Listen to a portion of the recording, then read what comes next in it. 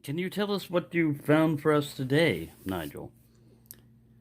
Well, I took my trusty Jeep out to the grasslands of Mumbatu, and I managed to bag this rare and lovely double take muskrat. Well, thank you for bringing it here. I'll try to inform everybody what a muskrat is. So, from what I can read about it, a muskrat is a large rodent of the rodent family, much like a rat. Looks sort of like a beaver, and doesn't have the flat tail of a beaver. I'll put some pictures up on them, but apparently, back in the day, they were very popular for their fur, and they were eaten quite a bit. Muskrats. So, this is a double take muskrat. So the name got itself from the knife that was used in skinning muskrats. Well, these things, muskrats are apparently pretty aggressive. So, and they built their, they kind of like beavers. They would build a den, but what they would do is burrow into the bank and build the den up inside the bank. So the only way to get to it is like you've got to go underwater. Well, because muskrats and their fur became so popular, they started exporting them to other countries. And they became a problem in Denmark and the Netherlands and everything else because that country, most of those countries over there are below sea level. And so they depend on dikes and stuff like that. And the muskrats were digging into the dikes and messing stuff up. So they're illegal. They're trapped, poisoned, killed if they find them over there. Anyways, that's the story of the muskrat. And this particular one is a double take muskrat. So just like a regular muskrat, it's going to have two identical blades on opposing ends. Now the other muskrat that we had, this muskrat trapper, I don't know where he's hiding right now. He's hiding somewhere. Now there he is. The muskrat trapper, both of his blades all the blades were on the top. And there was nothing down there on the opposing end except for a place the blades to rest.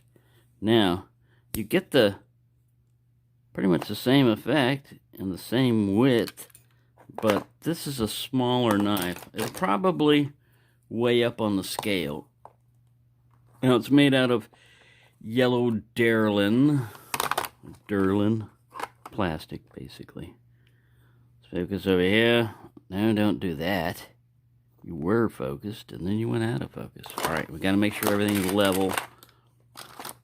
Don't want anything underneath there to throw our important measurements off. And we wait until this thing decides to calibrate. There we go. We're in ounces. Let's see if we get an overload. Nope. 5.999999 ounces. Let's see. Grains. 169 grains. So it's a little bit lighter, a little bit smaller. Oh, I gotta turn it. It turns itself off later on, but save your batteries that way. Alright, so the dimensions overall, we have it off screen. Overall, we have it off screen.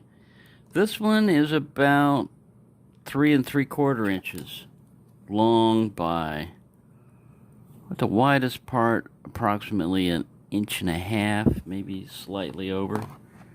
And we already measured that. Length, width, height. It's not really 1/2 inch wide.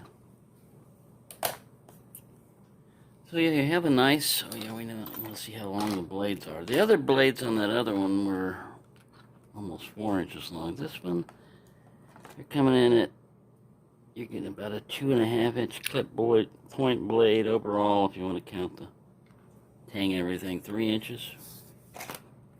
Oops, earthquake.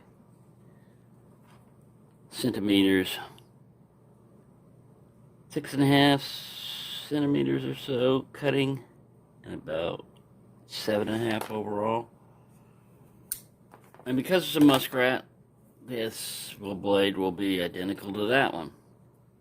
Now let's look at what our tang stamp is. Of course, it's well, I consider the best one of the bunch of all their tang stamps. The other ones are alright, but I mean, like, this combines a little bit of everything I wanted to see in a Rough Rider tang stamp.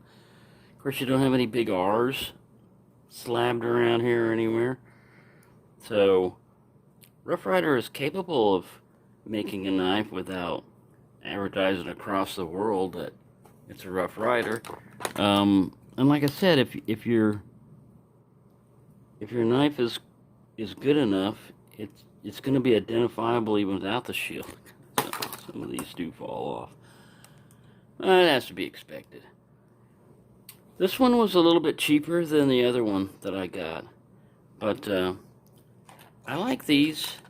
I think the only other pattern that they produced was a canoe, and I've seen, I believe it was either a muskrat or a trapper that was in like a Confederate one. Like they had that at Blade Matrix. It was finally sold out, but they had that one for sale too. So yeah, the problem that I had with Blade Matrix was there was so many good deals, and you only had so much money that I had to limit what I was going to get there. But I got quite a few. I'm happy with what I picked up. So that's the muskrat. I'll throw in some pictures of muskrats to give you nightmares or whatever. And just think about eating rodents. Now, actually, I have eaten the squirrel before. And the squirrel I always call just a tree rat. You know, it's like a big rodent that climbs the trees.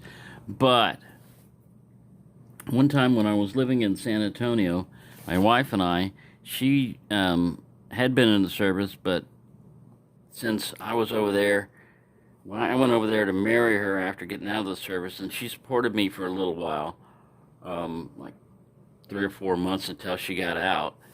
And when we got back and started working, I said, well, since you supported me for a little while, I'll support you, and you can just hang out here.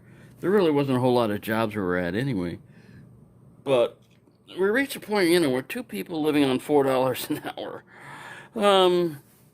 And we reached a point where we'd gone a week without any meat. We were eating vegetables and stuff like that.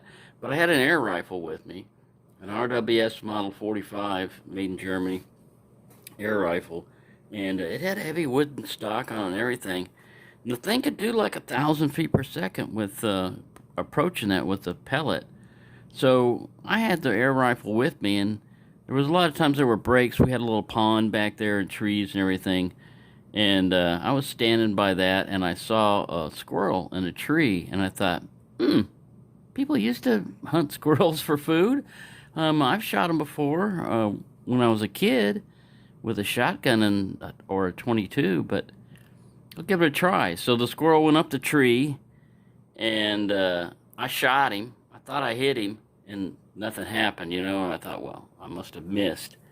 And I came back, you know, I put my rifle back down, and I did something, and then I heard this plop, and the squirrel had fallen out of the tree. I'd shot him through the heart, and he clung with his claws onto the tree, and when he fell, my skinning kit was a razor blade. I carried a little double-edged razor blade with me, just as like a backup knife, and I sat there and skinned that squirrel, and took him home.